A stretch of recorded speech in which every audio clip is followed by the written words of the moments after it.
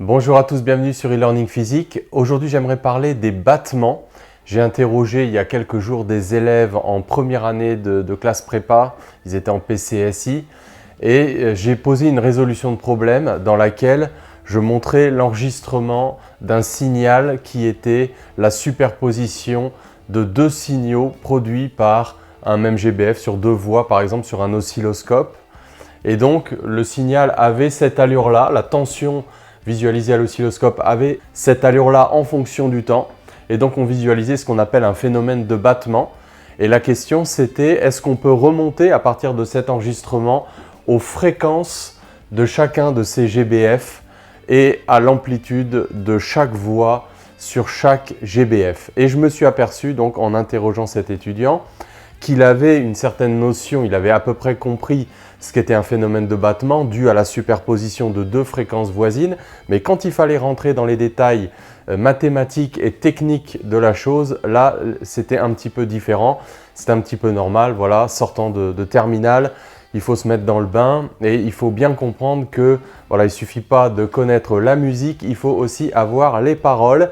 C'est-à-dire qu'il faut maintenant rentrer dans les détails mathématiques. Et ce qui est un petit peu difficile avec les battements, c'est de comprendre le lien très profondément, très précisément entre le graphe et l'utilisation des formules de Trigo. J'ai rappelé ici deux formules de Trigo. On va voir qu'on va jongler ici entre la somme et le produit. Chacun vont avoir leur intérêt. Donc les formules de Trigo que tu connais certainement. Cos P plus cos Q, c'est 2 cos P plus Q sur 2, cos P moins Q sur 2, cos A cos B. Donc on transforme la somme en un produit et le produit en une somme.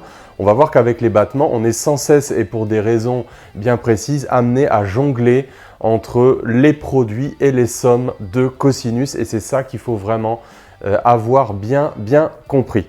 Donc voilà, on nous présente un enregistrement. Alors déjà, on voit qu'on a deux temps caractéristiques. On a la durée d'un fuseau. Donc on pourrait appeler ce temps T1.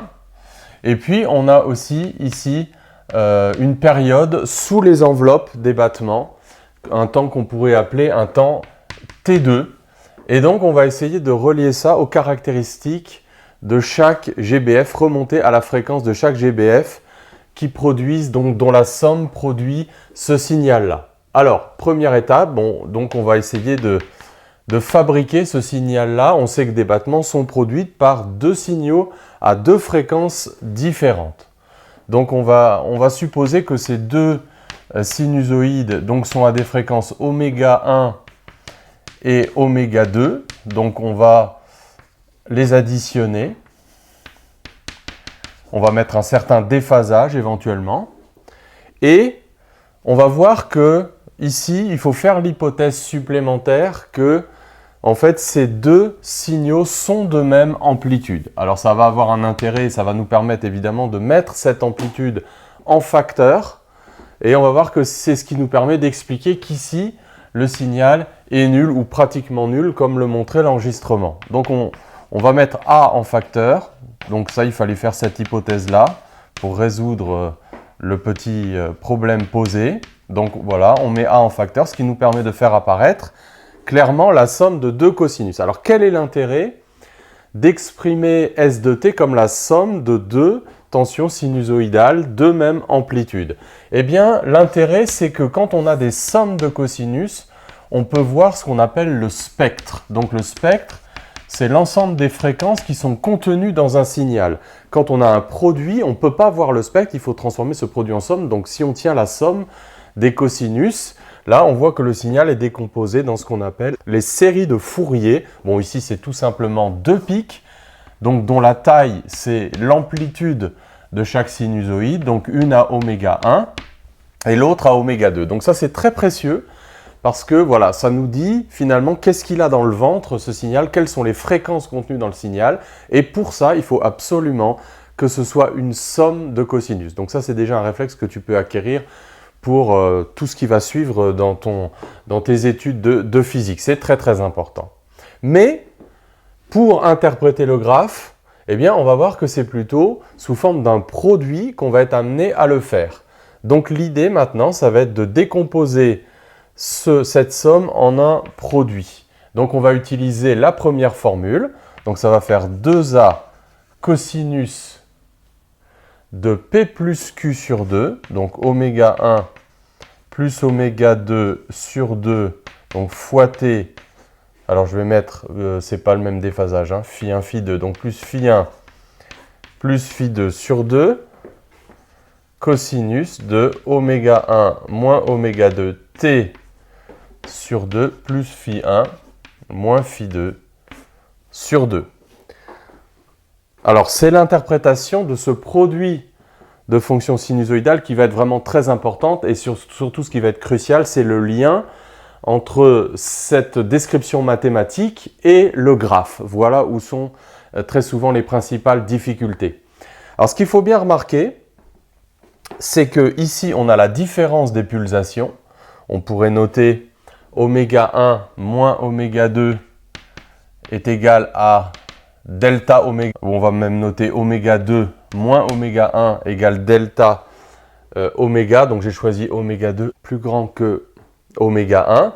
Donc ça, c'est un cosinus qui oscille à la pulsation delta oméga. Et on va supposer que ce delta oméga, alors ce n'est pas forcément le cas sur mon dessin, est très petit devant la valeur moyenne, hein, quand on fait oméga 1 plus oméga 2 sur 2, c'est ce qu'on appelle la moyenne arithmétique.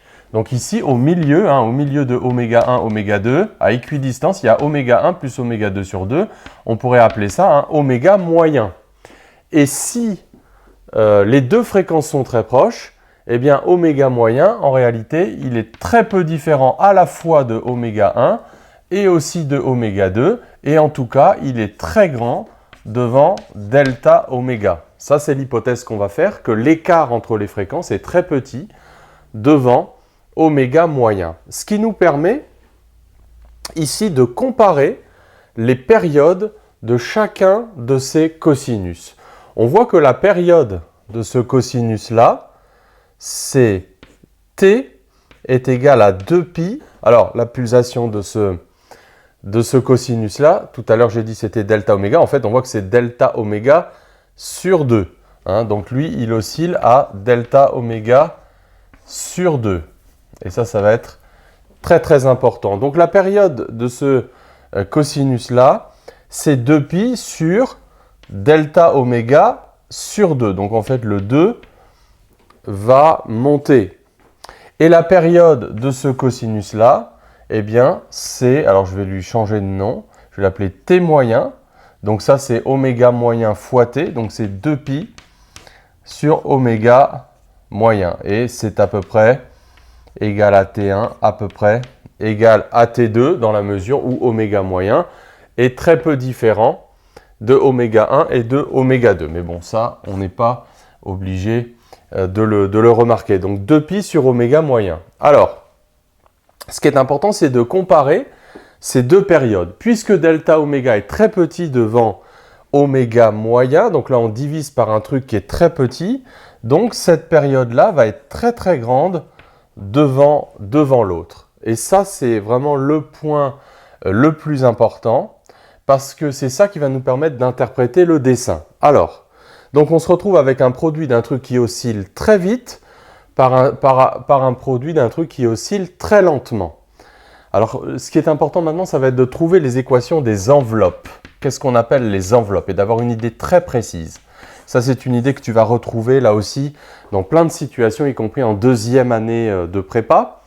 Donc, quand on a un produit d'un truc qui oscille très vite par un truc qui oscille très lentement, eh bien, celui qui oscille très vite peut osciller entre ses valeurs extrêmes, c'est-à-dire plus ou moins 1, pendant que l'autre a à peine bougé. Donc, ça veut dire que lui va varier entre moins 1 et 1, que lui va pratiquement rester constant puisqu'il oscille beaucoup plus lentement. Donc, les enveloppes, en fait, ça va être plus ou moins 2A cosinus de delta oméga t sur 2, donc plus un déphasage, je vais l'appeler phi prime, hein, c'est phi 1 moins phi 2 sur 2. Et ça, c'est l'équation de chaque enveloppe. Donc, il faut bien identifier. Donc, avec un plus ici, plus cosinus, voilà, ça va être cette enveloppe-là. Et avec un moins, ça va être cette enveloppe ici, l'opposé. L'opposé. Donc là, c'est avec un plus et là, c'est avec un moins. Et le signal à l'intérieur va varier. Donc, on multiplie ces enveloppes par le signal qui est à l'intérieur et qui, lui, oscille beaucoup plus rapidement. Donc, on peut identifier qu'en réalité, T2, c'est T moyen, c'est la période qui correspond à 2pi sur oméga m, alors que les enveloppes, elles, ça correspond. Alors, attention, là, il y a un piège. C'est le facteur 1,5. On ne peut pas dire que ça correspond à delta oméga, mais ça correspond à delta oméga sur 2. Alors, repérons très précisément la période de chaque enveloppe, parce qu'on va voir que la période de la figure est 2 fois plus petite que la période de chaque enveloppe. Mais la période de chaque enveloppe, c'est la distance entre deux maxima de chacune des courbes, soit la orange, soit la verte. Il ne faut pas regarder la courbe globalement, mais dans sa tête, il faut séparer soit la orange, soit la verte. J'espère que les couleurs vont bien passer à la vidéo. Donc, ce temps caractéristique, donc T1, c'était ce que j'avais appelé ici la distance entre deux nœuds, hein, si on veut. Donc ça, c'était T1. Mais en fait, on voit que la période totale, c'est 2T1. Donc, ce truc-là, c'est 2T1. Et donc, c'est ici, c'est grand T. Donc, on voit finalement que ce temps-là, c'est la moitié de celui-là. Et donc, on en déduit que T1, ce que j'avais appelé T1, donc ce sera 2pi sur delta oméga. Donc là, le facteur 2 disparaît. Et comme très généralement, peut-être que le plus facile en fait à regarder sur le dessin, c'est la distance entre les deux nœuds. Donc ça, c'est 2pi, c'est T1, c'est 2pi sur delta oméga. Donc finalement, pour déterminer les pulsations oméga 1 et oméga 2, même si elles ne sont pas très proches d'ailleurs, hein, on peut faire un calcul même si elles ne sont pas très proches, on voit qu'on a un système de deux équations à deux inconnues. On est capable sur le graphe, sur l'oscilloscope, de mesurer cette distance en comptant par exemple le nombre de battements entre deux nœuds et en divisant donc ce temps T1 par le nombre de battements d'oscillation, on va remonter à Tm. Donc on aura Tm est égal à 2pi sur oméga m, et oméga m c'était oméga 1 plus oméga 2 sur 2, donc le 2 va monter. Et puis on se retrouve également avec donc T1, le temps T1 qu'on peut lire directement sur l'oscillogramme, qui vaut donc 2pi sur oméga 2 moins oméga 1. Et donc, on a un système de deux équations à deux inconnues qui nous permettent de remonter à partir de ce graphe à oméga 1 et à oméga 2. Et puis, nous reste l'amplitude. Donc là aussi, on le voit bien sous la forme d'un produit. On voit qu'en réalité, ici, on a 2A. Et ce 2A, eh bien, c'est celui qu'on retrouve ici. Donc ici, on a 2A. Quand les deux cosinus sont maximum, donc au maximum ici de l'enveloppe et également du cosinus qui oscille rapidement. Et donc ici, on a moins 2A. Donc en mesurant cette amplitude maximale des battements, eh bien on peut facilement remonter à A et donc trouver l'amplitude de chaque fonction sinusoïdale qui nous a permis de fabriquer ces battements. Voilà, donc j'ai fait cette hypothèse simplificatrice, les deux sont de même amplitude, on pourrait s'amuser à regarder ce qui se passe quand ce n'est pas le cas. Et ça veut dire qu'en fait on ne va pas descendre complètement à 0 ici. Bon, ce serait un petit peu plus délicat, c'est faisable, mais restons-en là. Donc l'idée surtout c'est de jongler entre les sommes et les produits. Si on te donne directement le signal sous forme d'un produit, sache le redécomposer en somme pour faire intervenir, pour visualiser les deux fréquences, le spectre du signal. Mais le produit est également intéressant en lui-même puisque donc le plus important c'est de trouver les équations des enveloppes, hein, donc en raisonnant de la façon suivante. Quand celui qui oscille très vite donc varie entre ses valeurs extrêmes, le cosinus qui varie lentement, lui, a à peine eu le temps de varier. Et attention à ce piège du facteur 2 parce que la périodicité de la figure globale est 2 fois plus petite que la période de chaque enveloppe. Et ça, voilà, ce facteur 2, eh bien, il a été fatal à beaucoup d'étudiants. Voilà, je te souhaite bonne continuation et puis n'hésite pas à fouiller dans les playlists de la chaîne e-learning physique, y compris si tu es en première année. Il y a énormément de choses sur l'oscillateur harmonique par exemple. N'hésite pas à regarder et au fur et à mesure que l'année va avancer, fouille sur la chaîne, il y a déjà beaucoup de vidéos en ligne pour les premières années. Voilà, à très bientôt sur e-learning physique.